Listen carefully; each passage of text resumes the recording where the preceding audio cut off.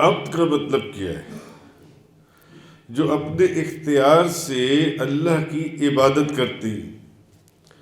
اپنی مرضی سے جو اللہ کی عبادت کرتا ہے اور ان کی عبادت بہت کامل اور اللہ کو بہت پسند ہوتی ہے، تو اللہ تعالیٰ کے وہ لوگ مثالی عبد ہوتے ہیں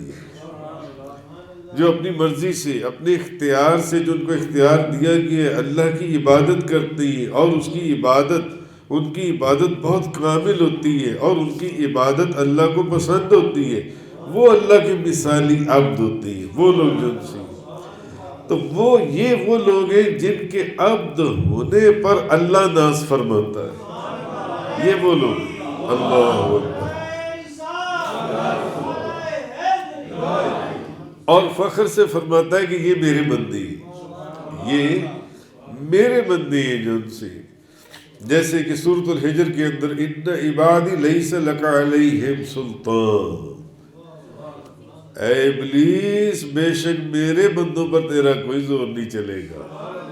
جب اس نے کہا تھا نا کہ بدل دوں گا تیرے بندوں کی حالت کو، ابلیس نے اللہ کو کہا کہ بدل دوں گا تیرے بندوں کی حالت کو، تو اللہ نے فرمایا، یعنی اللہ نے فرمایا تو بدلے گا،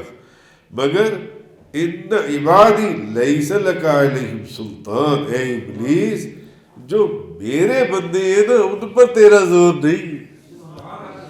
ان پر تیرا زور نہیں ہے، وہ انبیاء ہیں، وہ اولیاء ہیں، وہ صالحین ہیں،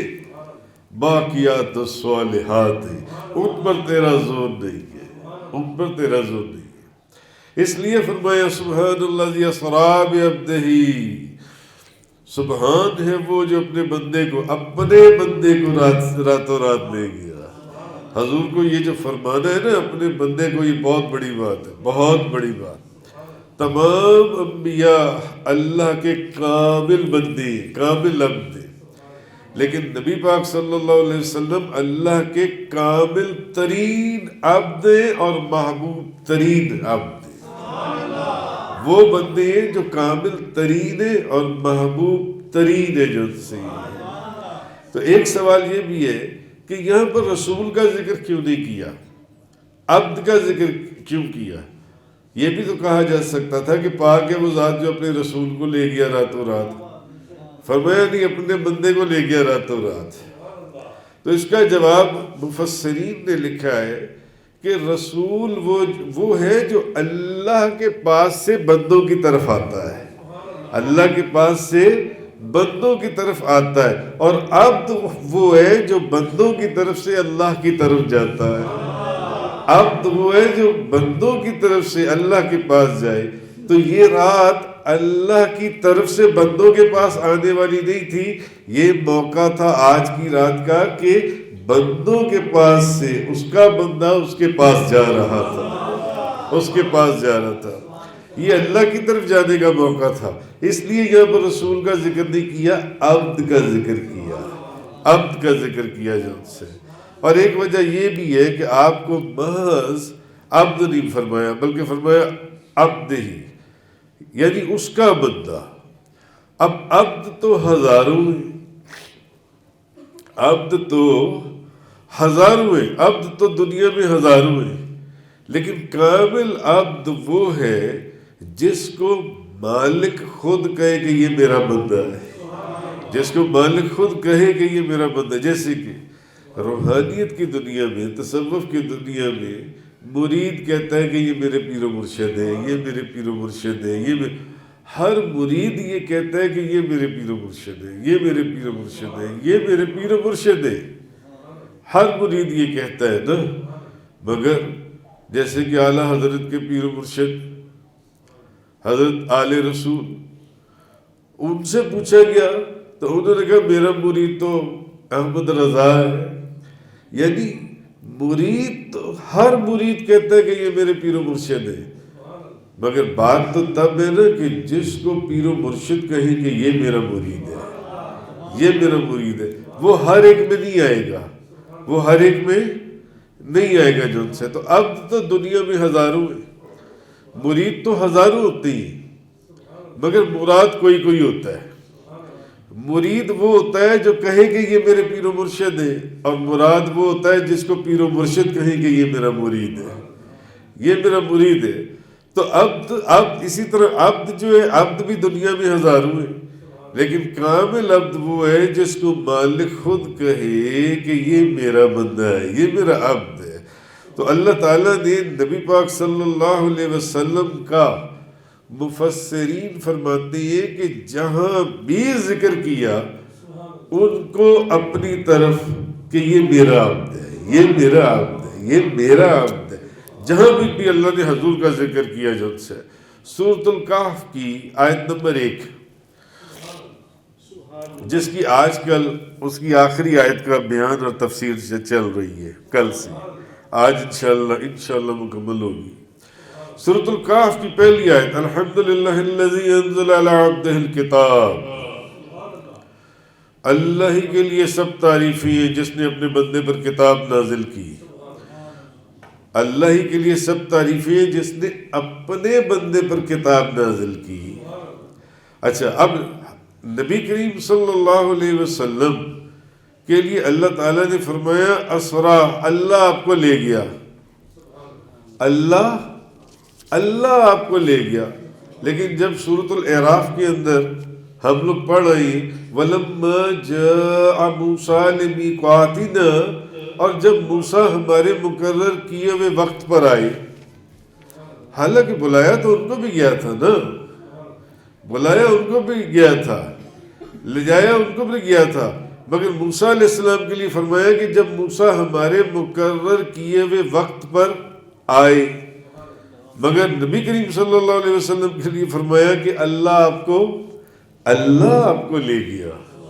اللہ آپ کو لے گیا۔ لیکن موسیٰ علیہ السلام کے لیے فرمایا جب وہ ہمارے جو ہم نے وقت مقرر کیا تھا وہ اس پر آئے۔ اور ابراہیم علیہ السلام کے لیے فرمایا بے شک میں اپنے رب کی طرف جانے والا ہوں، وَقَالَ إِنِّي ذَاهِبٌ إِلَىٰ رَبِّي، ابراہیم نے کہا بے شک میں اپنے رب کی طرف جانے والا ہوں۔ حضرت موسیٰ خود گئے، ابراہیم بھی خود گئے، لیکن نبی کریم صلی اللہ علیہ وسلم تاجدار انبیاء کو اللہ تعالیٰ لے جانے والا تھا، وہی لے جانے والا تھا اور وہی لانے والا تھا۔ دونوں تینوں صورتوں میں کتنا فرق ہے کہ حضرت موسیٰ خود جائیں، حالانکہ بلایا گیا، ابراہیم علیہ السلام خود جائیں، لیکن نبی پاک صلی اللہ علیہ وسلم کے لیے فرمایا گیا کہ ان کو میں لے کر گیا ہوں۔ تو امام فخر الدین رازی آپ لکھتے ہیں کہ میں نے اپنے والد سے سنا، شیخ عمر بن الحسین کہتے میں نے اپنے والد سے سنا،